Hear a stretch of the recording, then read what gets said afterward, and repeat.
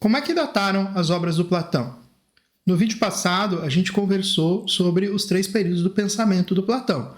O período da juventude, que é marcado pela influência do Sócrates histórico, né? O período da maturidade, em que a gente tem algumas das mais importantes teses platônicas, né? Como a alegoria da caverna, o mundo das ideias, e o período tardio de revisão e aprofundamento, né? Do que já tinha sido desenvolvido pelo Platão. Hoje, então, é hora da gente conhecer como que são esses estudos que tentam estabelecer uma cronologia para a obra do Platão. Vamos lá?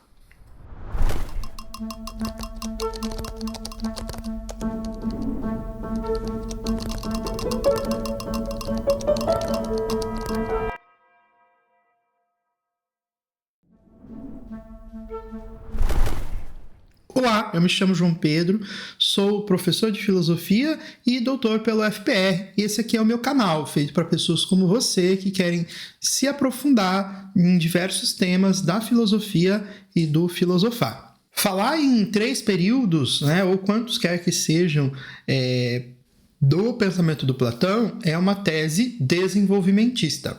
Então, o que isso quer dizer?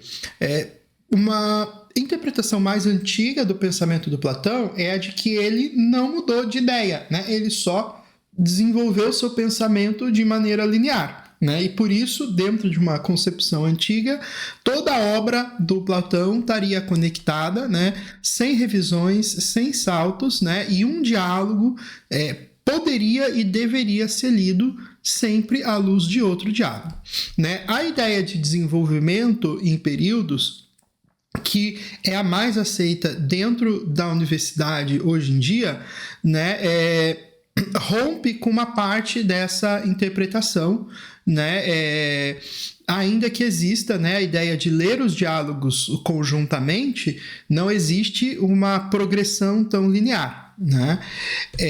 E essa progressão, né, essa periodização, melhor dizendo, ela é arbitrária, vai depender da leitura que cada intelectual faz sobre a obra, tá? Então, um intelectual chamado Kant, por exemplo, ele aproxima os diálogos da juventude e os diálogos intermediários, né?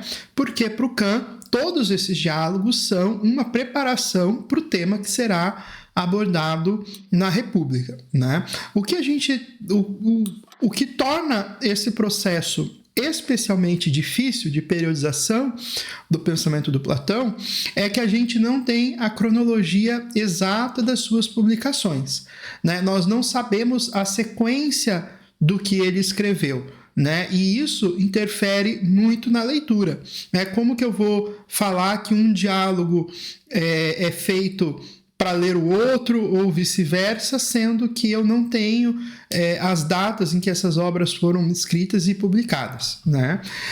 A gente tem algumas referências que servem de parâmetro para a gente, né? Temos alguns indícios históricos, né? Então, com relação à obra As Leis, né? O Aristóteles vai nos dizer, elas foram escritas depois de A República, né? E o Diógenes Laércio acrescenta que essa obra não tinha sido revisada quando Platão faleceu, né? Então, a gente tem um primeiro indício que é muito importante, né? De qual que é a última obra do Platão, e isso serve para o que a gente chama de estilometria. Já a gente vai comentar sobre o que é esse estudo. E a gente também tem alguns indícios dentro da própria economia dos diálogos, né? Algumas evidências internas dos diálogos, né? Então, a gente tem algumas conclusões importantes, como o sofista veio antes do político, o Timeu veio antes do Critias, né? O Teeteto veio depois do Timeu, a República, Sofista e Parmênides, né? E, por fim, o Banquete foi escrito depois de 385 a.C., porque lá no Banquete tem um evento, o Banquete tem um evento que ocorreu nessa data, então a gente sabe que tem que ter sido depois, né? Então, essas evidências internas nos ajudam a criar algum paralelo.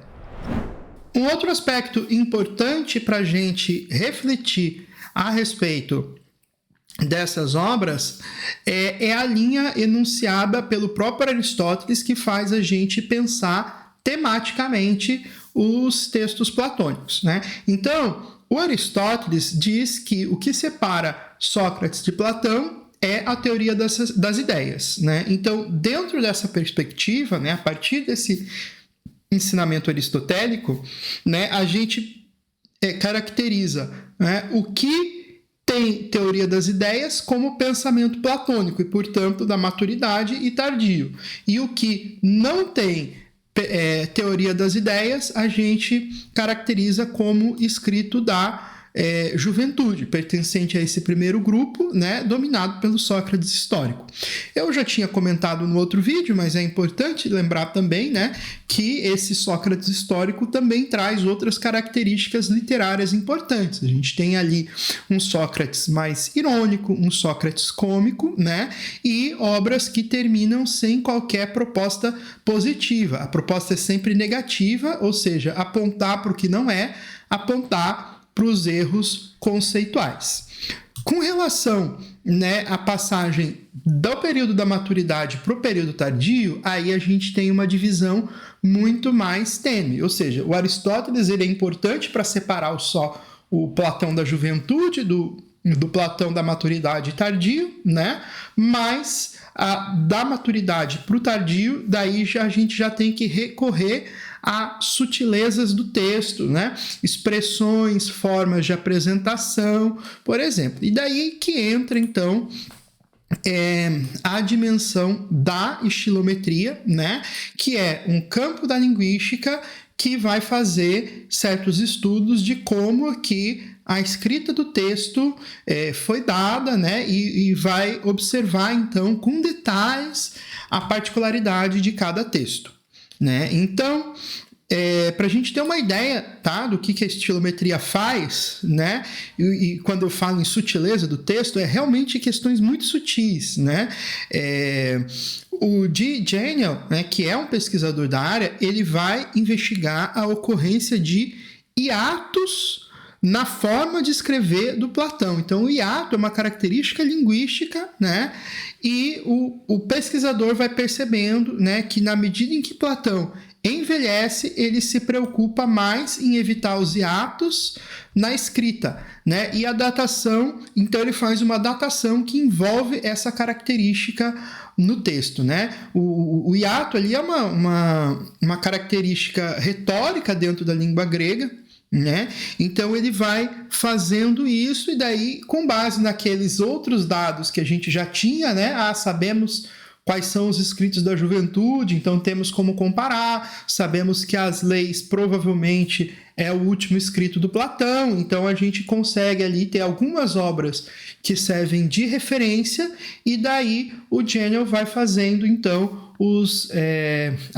as contas e percebendo ali esses detalhes da língua, mas mostrando que há uma diferenciação, né? Ou a gente ainda pode perceber expressões, né, que existiam durante a juventude e que foram cessando com o passar do tempo, né? É o caso das expressões to onti, ou então também arroz aletos, né?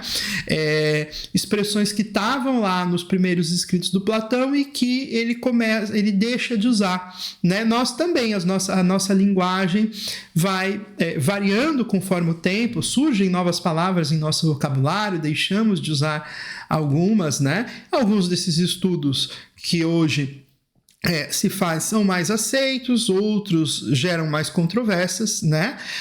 Dependendo do que o pesquisador assume, né? Então, o que a gente percebe, né? Que tem inúmeras variáveis, inúmeras interpretações para a gente considerar, o que vai permitir diversas classificações e cronologias da obra platônica bastante diferentes, né? E diante de tantas possibilidades para a leitura do Platão, né? Dá para a gente ter alguns princípios para quem quer ler Platão? Sim, um primeiro ponto, a gente precisa seguir o Sócrates no fio condutor, né? Por mais paradoxal que possa parecer no primeiro momento, né? Existe um fio condutor, não necessariamente entre todos os diálogos, mas dentro daquele diálogo, né? Por mais que apareçam temas, né? Um segundo aspecto importante, né? É que a gente precisa distinguir as atitudes de Sócrates. Tem momentos que o Sócrates parece falar em causa própria. Tem momentos que o Sócrates parece adotar o argumento de outra pessoa, né? Então, quando a gente está lendo Platão, né, a gente tem que buscar as premissas que estão por trás, a gente tem que reconstituir os argumentos na nossa própria cabeça, né, e pensar naquilo que está implícito dentro da economia dos diálogos, né? Então essa é uma grande pista para a gente poder ler o Platão. Se você tem alguma sugestão, dúvida, comentário, deixa aqui embaixo. Eu vou ler, te responder com calma e vamos manter vivo o pensamento aqui nessas redes sociais. Obrigado e até o próximo vídeo.